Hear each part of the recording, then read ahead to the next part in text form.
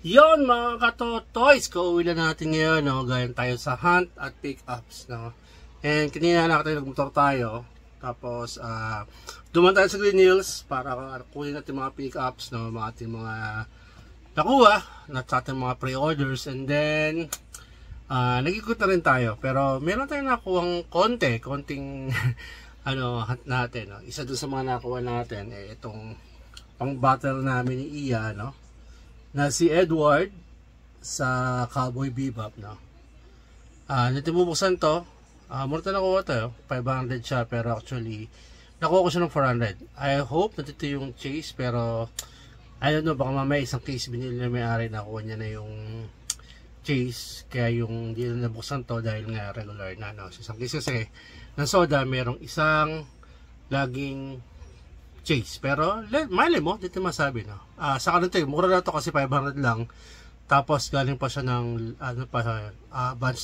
Bunch lunch exclusive pa siya, kaya medyo mura na to kahit sa common, no? Ito SRP niya $16, no? Pero siguro ngayon kung bibili mo to, I think mga $18 na to, no? So ito yung isa nakuha natin doon sa isang cab, no? Punta kasi tayo ng cab natin, meron tayong mga nilagay na item at kinuha ron. Tapos meron tayo nasipat, ito isa ng sipat natin. Okay, so yun nga, galing tayo ng cab natin, no? Umikot-ikot tayo doon, tapos meron ako mga mga pinick up doon dahil yung isang order natin doon sa isang seller, yung toys sa Taguig kasi yun, kaya sakto naman meron din tayong mga binenta na mga items na malapit doon, yung mga bumili medyo pag nabotas, alam mo na, malang shipping, na sa Mandaluyong, kaya saktong-sakto naman pupunta tayo doon, nakabenta tayo ng item natin, yung Gold Mickey na ibenta na natin, no? By the way, sa collection budget natin, no, nadagdag tayo ng 3,500, I think, 3,500, hindi, 1,500 la, 1,300 plus 400 kasi bibili sa ating mga toys, so lumalabas 1,700 yung ating dagdag sa collection budget natin, no? At ang total natin ngayon, kasi meron pa tayong remaining na 2,135, kaya lumalabas based on my computation is 3,835. So yung ating budget collection, at tingnan natin kung magkano gas natin ngayon, no? At mukhang mababawasan yan kasi medyo close doon yung ating bili today, no? So nag-ikot-ikot tayo, pero meron kasi tayong nakuha ng panalunan doon sa auction, no? Isa sa mga pinunta natin. Tapos yung pre-order natin, actually hindi siya pre-order, pero hinihintay ko siya, dumating na rin siya, kaya sakto naman kinuha na natin siya, no? So ano yung mga item na yun? Ang una na natin, ito yung isang napalanan natin sa auction, no? Si Freddy Pongko holding a fish, no? 2018 to, spring convention, I think Emerald City yata ito, no? So kaya verde yung pinaka box niya, no? So napanood natin to, mura-mura lang, parang nasa 600 ko lang yata napanood lang to, no? So ito, so maganda yung box niya. I think yung box may mga konting rito, parang creases, pero hindi naman siya ganun kalaki, no? Saka dito, so lumalabas I think nasa 8.0 to by 10 to itong condition, 810 ang condition ito, no? So pwede pong holding a fish. Chinek ko yung PPG nito, nasa $40 siya, no? Itong $40, no? Ito, itong Ed kanina, no? Chinek ko to, $18 yung PPG niya. Ito naman, $40. Okay. So, ito yun. Hindi tayo pwede pang collector, pero it look good naman. Tingnan mo na. Tingnan mo. Maganda yung pagkakaano niya, no? Yung sa may isda. Kita ba? Mas natin mga lights. Ayan. Ayan, maganda siya. Ayan, no? Medyo malabo, no? Hindi ma-set up ng ilaw ko ngayon. May ako sa isda. Ayan. Ito yun. Okay.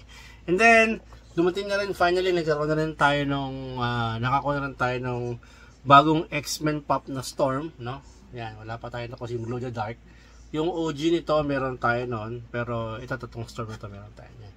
So, lahat na nasa likod niyan, meron tayo niyan. Meron ba lahat? Yes, lahat to, meron tayo niyan, no? Sa likod niyan. Almost complete na natin except for the OG, pero itong X-Men complete na natin yan, no? So dumating ito bago to, Glow in the Dark to, Wala pa akong pantas ng glow in the dark pero try kong bumili nung pan-charge, no, ng UV light, tapos minsan tingnan natin. Pero maganda glow nito kasi I think yung glow nito sa mata, yung lightning pati yung buhok, nag-glow siya, no? So finally nakuha natin to. Salamat sa Bully Boys kay Ma'am Hazel. Ma'am Hazel, thank you very much, no, sa siya yung nagtago sa akin ito. Kung makikita nyo, S ito, pero ang original to is lunchbox, sa lunchbox din, parang gumawa nito kay Ed, no? Lunchbox ba? Bunch Lunch exclusive, Bunch Lunch, no? So ito, since sa ibang store na natin nakuha, so naka SE na siya, no? Mura lang to, no? SRP nito 900, okay? So yan, nagpapatong-patong na yan natin yung gas natin. By the way, itotal na natin, no? Ang gas ko ngayon right now is 3,511, no? Tingnan natin kung magiging tayo sa value kasi meron tayong mga item na medyo tal tayo sa value, no? Ano nakuha. Pero ito, nakalimutan ko, ang value ni Storm right now is $35. So medyo maganda-ganda yung ano niya. Pero Bunch Lunch kasi yun pero usually hindi naman naglalayo ang presyo ng SE pati ng Bunch Lunch, no? Ay ng mga exclusive sticker. Kasi sticker lang naman yun, yung pop naman and yung box parang lang naman. Okay? So sticker na nagkaiba. Meron kasi mga top particular sticker. Ako naman hindi naman especially pag collection natin. So collection natin to, doesn't matter. So nakakuha ako ng matagal ko na nakikita to kasi hindi ko binibili kasi pangit yung sticker niya. Kasi ito yung nilabas nila dati. Ang SRP nito 900 pero nakuha to ng 500 worth lang, no? Yan, no? Yung S nga maliit, dapat malaki yan I don't know anong ginawa nila. Pati yung PX ito medyo maliit yung sticker niya kasi PX exclusive to no? So chinaga ko, hindi ko muna kinuha, buti na lang na meron ako nakakita sa Gilas sale siya ng 500, so kinuha natin. Si Kitty Pryde, no? Ito tal tayo rito kasi I think tong Kitty Pryde nasa $6 na lang to, no? Hindi ko lang ba't hindi ma-appeal to Ito yata yung X-Men na nakano siya, parang pirate Anyway, kasi si Kitty Pryde naman to at X-Men, ano sa Lakid, yung Kitty Lakid. So kaya natin siya binili, no? So at mura lang, 500 lang kasi pa. Sa SRP kasi na 900, kaya okay lang, nakuha natin siya ng 500. So S ito, so PX actually PX exclusive na S na maliit na sticker, $6 siya ngayon. Medyo sobrang baba niya, no? Sa SRP kasi usually na ganito nasa mga 900 pesos at dapat nasa mga around $20 siya ganyan So pero magandang box ito. Ayos yung box ito. For keeps naman to kaya doesn't matter na. Okay? And then nakakita ako ng isa pang kasama nito, no? Kasi lumalabas parang 600 sa each, ginawang 2 for 1,000 doon sa may cabinet din doon malapit, parang cab 23 yata yun, yung medyo malapit na cabinet sa akin, no? Nakita natin, no? So dito may nagpas 2 for 1,000 at I think medyo ang bentahan nito nasa mga 700 pataas na sa atin and kailangan ko rin siya kasi Symbiote, yung bumubuo tayo ng mga Symbiote na mga usually best symbiotes, no? Meron tayo ng Toxin ba yun? Arayot, sila Scream, yan. Meron tayo sa Doppelganger. Tapos nabang ko rin yung bagong labas ng Spider-Man na black suit, no? Kasi symbiote din yan. Merong original nun, medyo mahal yung OG, kaya yung bagong lalabas ngayon, no? Na black symbiote, bibili natin kasi syempre SRP, no? So naghahanap pa tayo nun, pero hindi ito yung gusto kong version niya, pero okay na rin pag nakakuha ko ng version na gusto ko sa ating ibenta. Kasi yung MCC nito, maganda yung version nito. Pakita ko sa ito yung tsura. Pero nakuha ko yung Venom na blue. Ayan. Hot Topic to, pero nakuha natin SE, no? So, mura to kasi 500 ko lang nakuha to. Tapos yung box niya, maayos din, no? Kung nagma-Marvel ka, nag-Venom ka, hindi pwedeng wala kang nitong version blue kasi isa sa pinaka OG na Venom to, no? Meron silang dalawang Venom actually labas, isang black, isang blue. Pero mahal dito, pinakamahal dito itong si Anti-Venom, no? Anti-Venom. Pero meron tayong Carnage kasi, yung Absolute Carnage, yung in-unbox natin, yung Deluxe.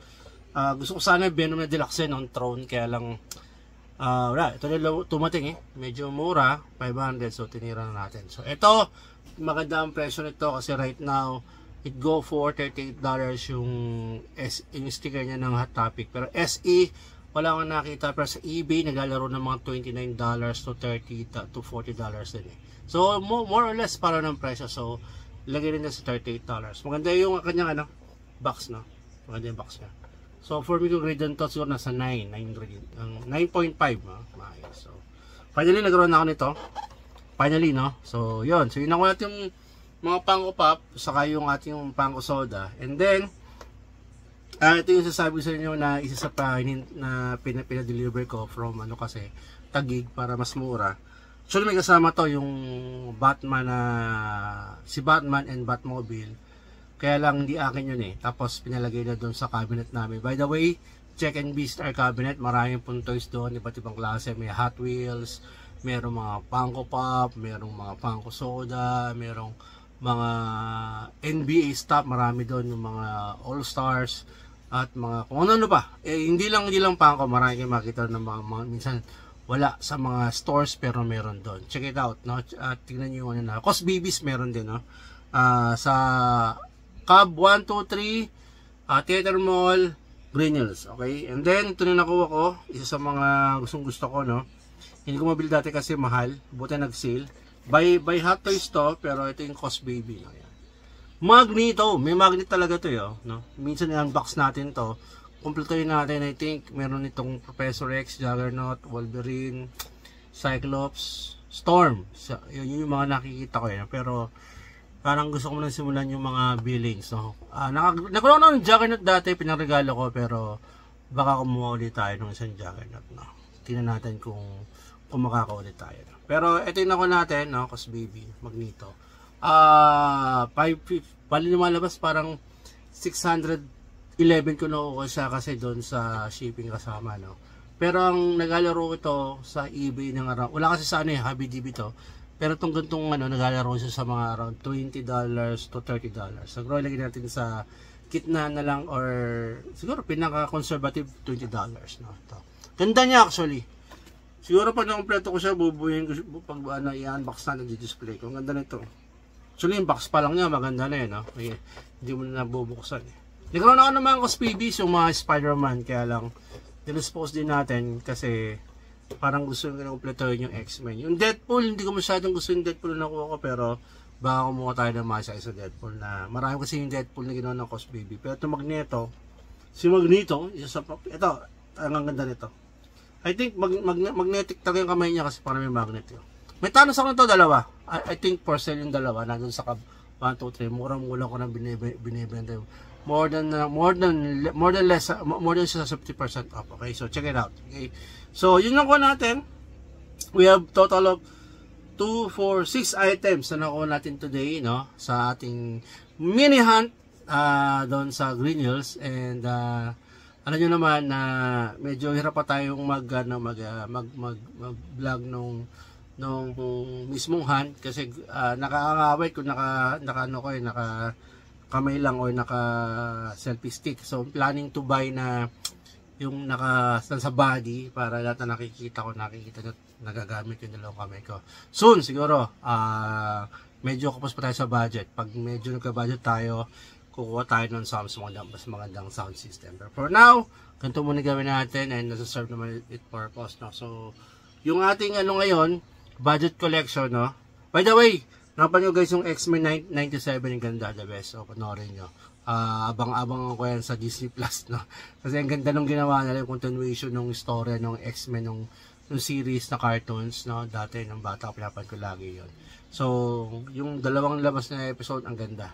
The best, para kang nostalgic na merong pagka-bago yung tira nila dun sa cartoon. Ang ganda, okay?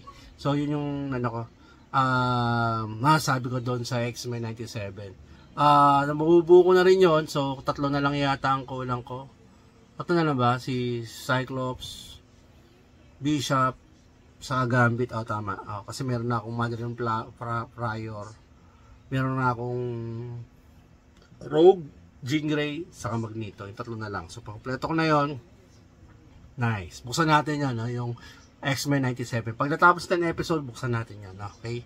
So, yun guys. So, ano tayo? Check po tayo sa ating item cost, no? So, item value, item cost natin lahat dito, kasama yung pangbatang namin ni Iya, is nasa 3,511. Yan po yung ating nagastos today, no? At medyo pasok naman sa collection budget natin, mamaya kumpitin natin.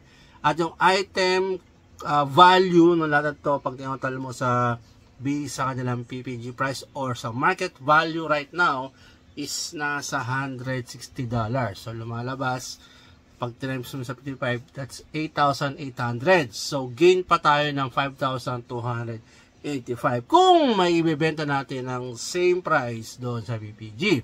Pero syempre, may tumatawad at Pilipinas to, iba ang value natin, hindi mangyayari yun. Okay? Pero based sa theory, so tubo tayo, no? So, bebenta natin yung iba rito, I think ito lang yung pambenta natin, no? At yung every time binibenta naman natin, na pupunta yan doon sa ating, nag-start tayo sa 5,000, no? Yung ating collection budget na kanina, no? Bago tayo umalis, no? Kapag benta tayo ng worth 1,700, lumalabas 3,825 kasama yung 2,135 natin. Kaya lang gumas tayo today ng 3,511, kaya lumalabas ang collection budget natin is sa 324 pesos na lang. Haba, mukhang wala tayong mabibili, no? So sana this coming days, no, or minutes or seconds, an hour, makapagbenta na tayo para madagdagan natin yung ating collection budget. Okay? So, yun po muna guys. At kita yung setup natin, medyo iba na naman, no? Ayoko siya ng isang setup, at least bago-bago, wala pa tayong studio, no? Yung mga posters ko ng pangko, hindi ko pa napapaayos, pati yung mga marble, no? So, pero, panagaroon na tayo ng main studio, ayos at namayos yan. Okay? So, yun po muna guys, no? Isa lang masasabi ko sa inyo always, stay safe and happy hunting. Bye, Katotoys!